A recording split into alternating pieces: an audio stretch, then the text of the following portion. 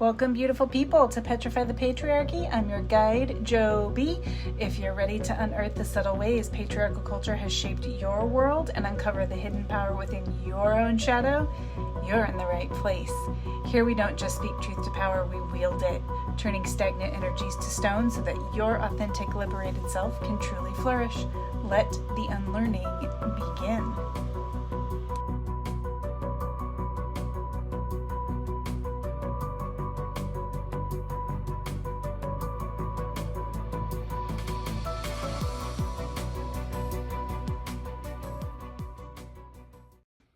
Hello and welcome back. If you hear dogs barking in the background, it's because they want to make it known that they are here and they're upset that they're not a part of this today. And you can probably also hear the congestion in my voice. I'm going to try really hard not to cough all over all of you today while we're having our little conversation. But welcome back, everybody. This is Petrify the Patriarchy, and I am Joe B, your guide. Last week's episode on dating reminded me of a series of journal entries, I guess, that I had started to write years ago to document the absolute insanity that modern dating culture has taken on. And since I enjoyed the last episode so much, particularly because I'm able to match it with the research that I've done, I went back and I was able to find my stories. And we're going to dive into that today. And I think even for the next couple of weeks, I've got some really good, really good juicy tales that I think are worthy of bridging that gap and pushing the intersections together so you can really see what we're dealing with. So hold on tight, because this one is kind of a Alice in Wonderland down the rabbit hole tale. And so today what I'm going to share with you is hands down my absolute favorite dating story. It's a staple at dinner parties. I've told it at family events, drunken game nights with friends, and honestly, I've even told it to other dates just so they can walk away thinking, well, at least I'm not the worst thing that's ever happened to her. I'm kind, aren't I? But behind the comedy of this particular story really is illustrating a terrifying psychological truth about how women are socialized. And it's a story about the exact moment a woman's biological survival instincts are completely hijacked by her conditioning to be a nice girl. And this story starts years ago with a simple conversation that happened over an online dating forum. And assuming he was telling the, truth and not catfishing, he looked cute, clean cut, normal even. And nothing about his profile screamed, "Run, for the love of God, run." And he and I talked pretty inconsistently for a couple of weeks, and he faded out. I didn't think anything of it because at that time I was managing a revolving door of, 25 other digital profiles from men at any given point to interact with. And then randomly, one Saturday morning, I got a message out of the blue saying, "Hey, I'm going to be in your town. Do you want to meet for a drink?"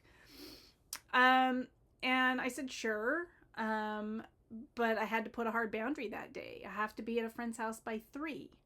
Now, this was probably the single smartest thing I'd ever done at this particular stage in my dating career. And I'm going to tell you, listeners, to write this one down for your tactical manual if you are actively dating. Always put a timeline on a first meeting. Always. I don't care if it's going great. I don't care if it's going down the shitter. It gives you an escape route in the event of a disaster, but it also gives you an escape route in the event of attraction. And either way, you leave them wanting more. Whether or not you want to communicate with them is another story, but it gives you an out, right? So, okay, great. Let's meet. I put on my lipstick. I hopped in the car and I got to the bar early. And this is another one of my tactics because I hate looking for a stranger in the crowd. With online dating being as prolific as it is, you can see a picture but then not be able to recognize them in public. And so I hate being that person that is scanning a crowd. So I make them find me, and I always get there early. Always. So I'm there early. I've already ordered my dirty, filthy whore martini is what I call them. And I'm sitting there sipping it like a movie star. Or at least I feel like I was looking like a movie star. And he walked in. And my first thought was, oh, that's a lot of hair. Which didn't come across on the profile, right? I have a preference for, shall we say, not bear-like. And this man had a lot, and I mean a lot of hair. But what was even worse were the red boat shoes. Now, I have a legitimate question, listeners. Do adult men really still wear boat shoes, particularly brightly colored ones? Because A, really? And B, why? So feel free to message me because I really want to know the answer to this question. I have very visceral reactions and feelings to boat shoes, period. So feel free to message me, movingmaxim@gmail.com. I knew from the first moment he walked in that door, I wasn't going to want to see him again. And I think most people know this when they meet somebody for the first time. There is a vibe, and you have to like what you see. I have to like what I see, and the hair and the shoes were an instant nope for me. So even though I knew I wasn't going to see him again, I already had a half a martini in me. So okay, I'll sit here and just be comedically conversational at this point. And half a martini in and some fun conversation later, I can overlook the hair. The shoes, no, but I could overlook the hair.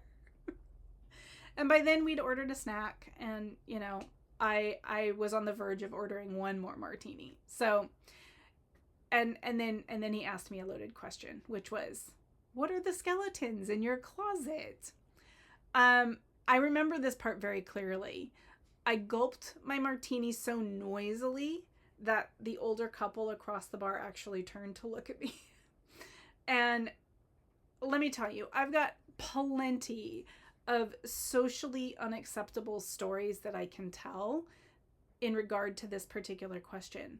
But what I had to figure out was what constitutes a skeleton versus a human mistake. And what is he really asking, right? So I deflected with logic and I said, you're going to have to be more specific. Do you mean, have I ever gone skinny dipping? Or have I ever had an abortion? Clearly you've got some, so why don't you tell me yours?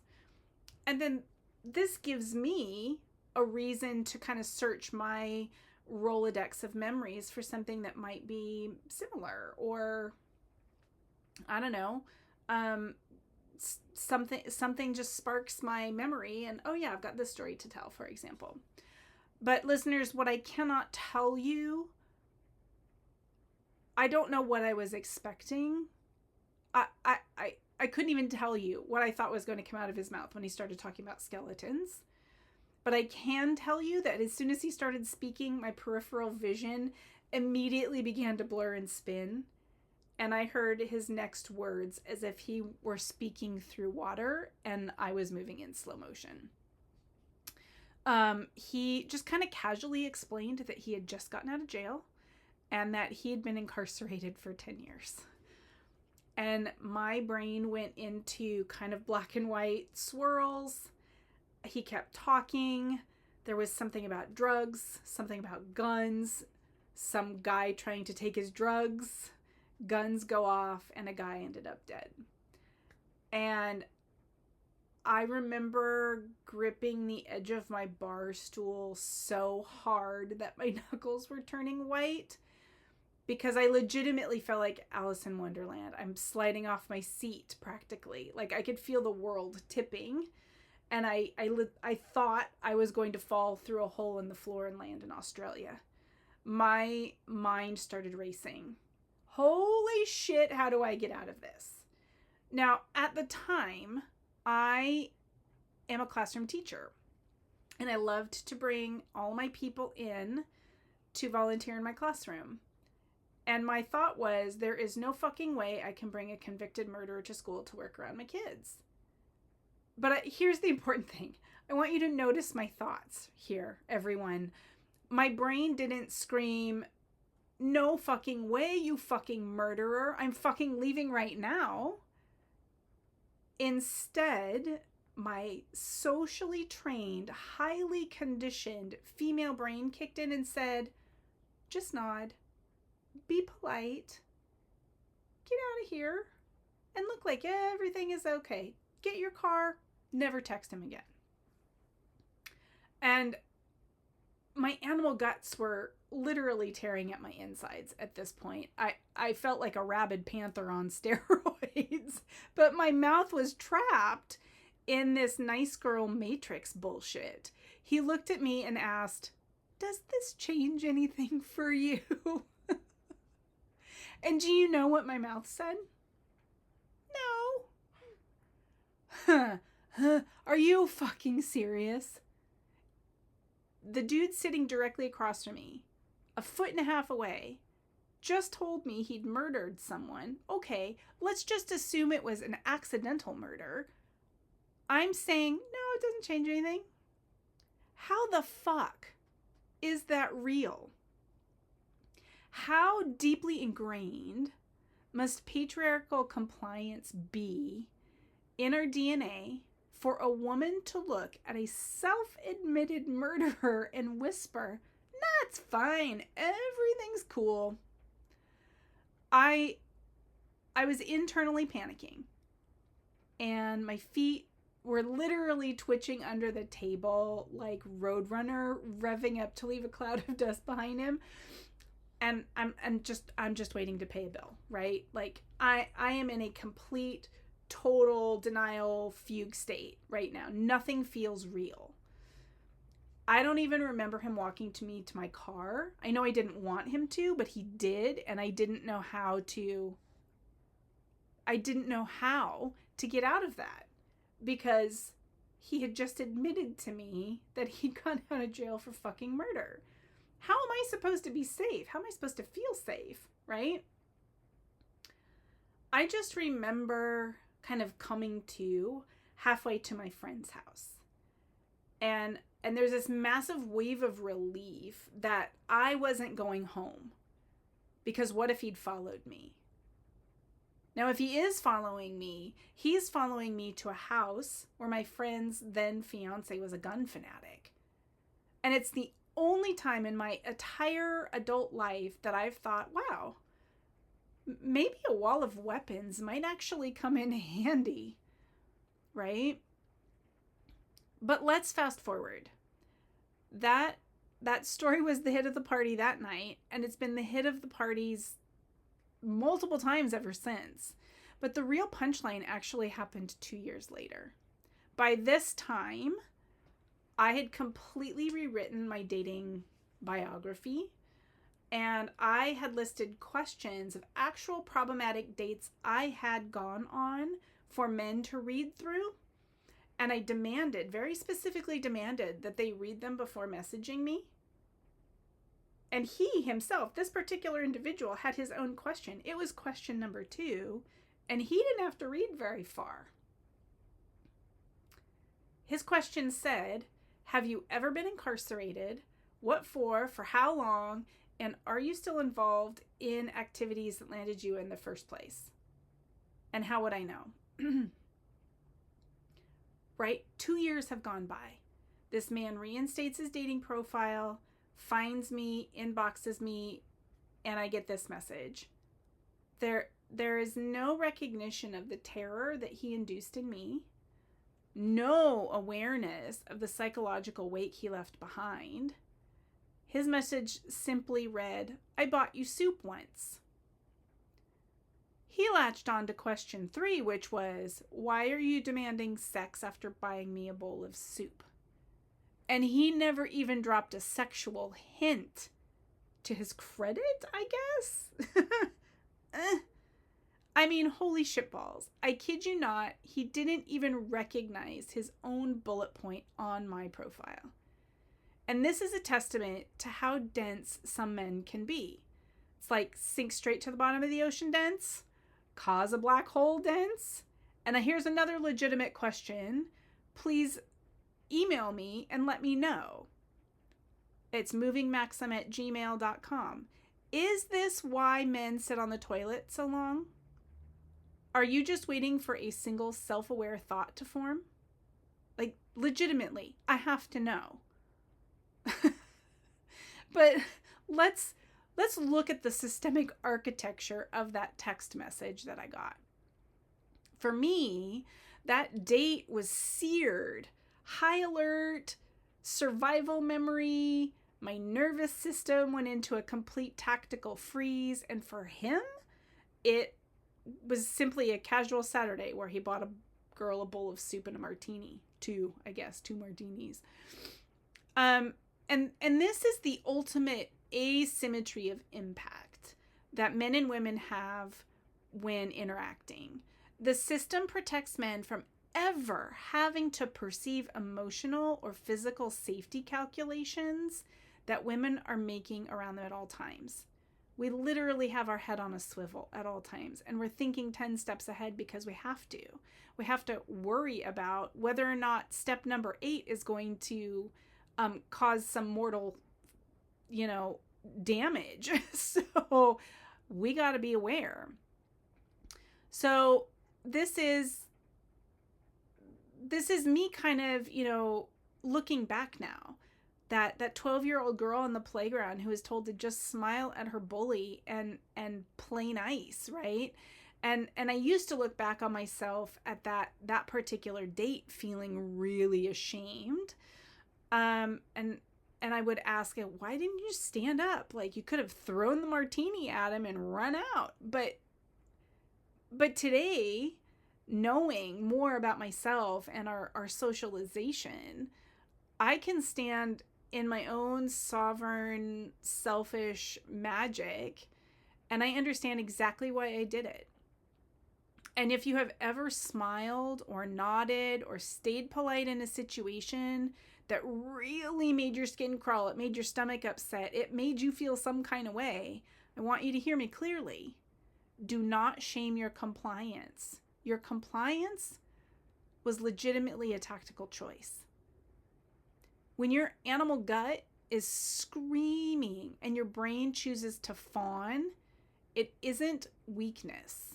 It's your internal security system recognizing that de-escalating a threat by being quote unquote nice is the safest way to ensure that you get to your car on your own 2 feet.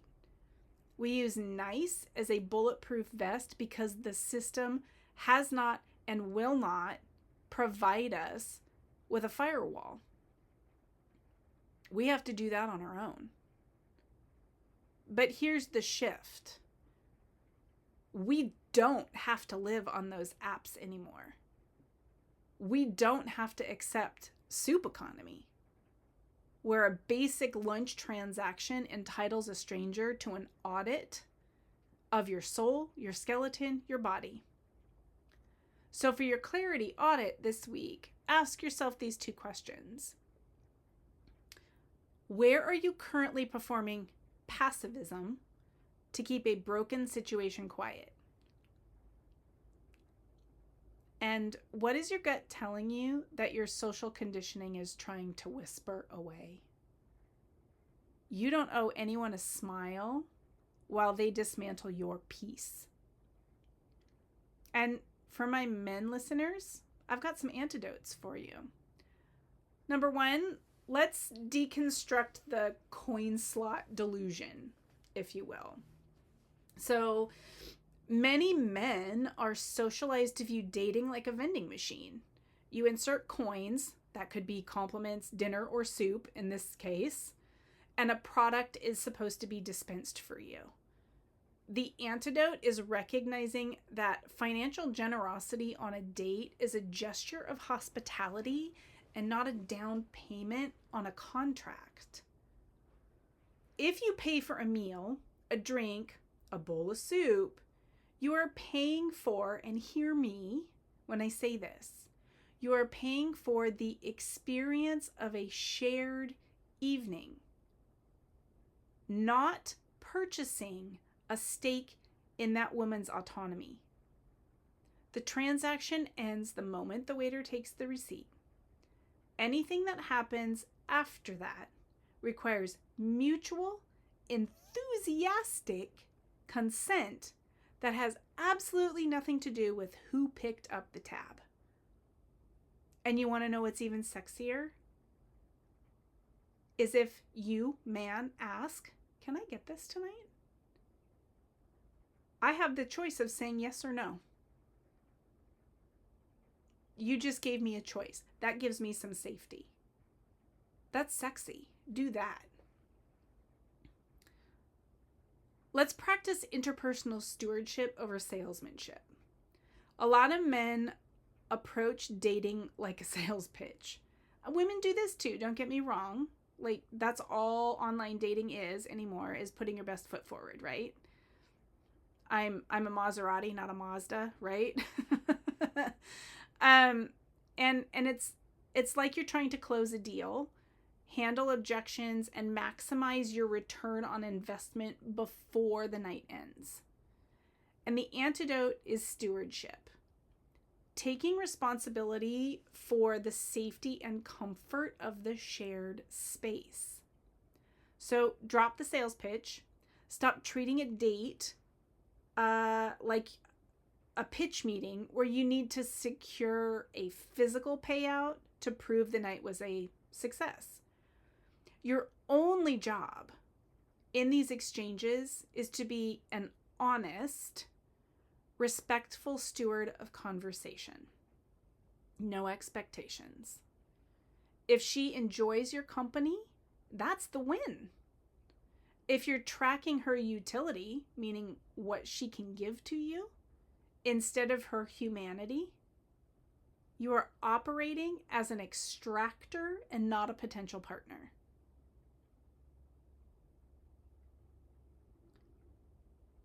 Separate financial investment from escalation.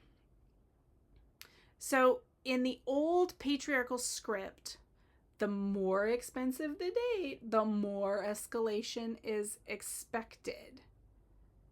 The soup economy, if you will, takes this to a hilarious extreme where even low effort dates are treated as a green light for your demands. The baseline for physical escalation is never financial. It is absolutely entirely relational. It does not matter if you bought a $5 bowl of soup or a $500 tasting menu. Wealth does not buy you a bypass around a woman's boundaries. If you find yourself calculating what you're quote unquote owed based on what you spent, you should not be dating. 100%. You should be looking at a retail transaction. Go spend $500 on a fucking PlayStation or a sex worker. I don't care, but don't gaslight women into believing they owe you something because you bought them something. It's highly disrespectful, number one. I'll go into a bunch of other things, but I'm not going to go on a tangent right now. Learn to accept a clean no with dignity. When a woman holds a firm boundary or declines to take things further at the end of a date, men in the soup economy turn defensive and they minimize the interaction. They bring up what they did for you, or they start hurling insults, right? You're basically a fucking toddler throwing a temper tantrum at this point. And we're never going to want to speak to you again, period, if that's how you're going to be. Thanks for, clearing the way here. When a woman is going to draw a line, she closes the evening down, tells you for whatever reason, thanks, no thanks. You do not deploy the defense mechanisms. There is deep, deep, mature dignity in receiving a boundary with absolute grace. Thanking her for her time, wishing her a good evening, and walking away. Her role is not to validate your masculinity or balance your budget. That's on you. If you're expecting your masculinity to be validated because you bought a bowl of soup, woo, you got some things to think about. Your masculinity is not defined at all by what a woman chooses to give back to you after a date. Your masculinity is defined by you. And you can choose right now to walk away and be graceful about it, or you can be a complete fucking toddler and she's going to go, woo, dodged a bullet, block. So men, if you want to know how to step out of that extraction machine, it starts by changing your math. It has nothing to do with whether or not women need to change. Nothing at all. You have your own math to deal with. If you're keeping score of what you spent versus what you quote unquote got, you are trapped in a vertical hierarchy. True connection, true partnership lives in that horizontal space where a bowl of soup is simply a fucking bowl of soup, and a woman's peace remains entirely her own. Period. Full stop. I'd love to hear your thoughts on this today. You may find me at movingmaxim.com. You can message me at movingmaxim@gmail.com. Until next time, stay selfishly magical, my friends. Joby signing out.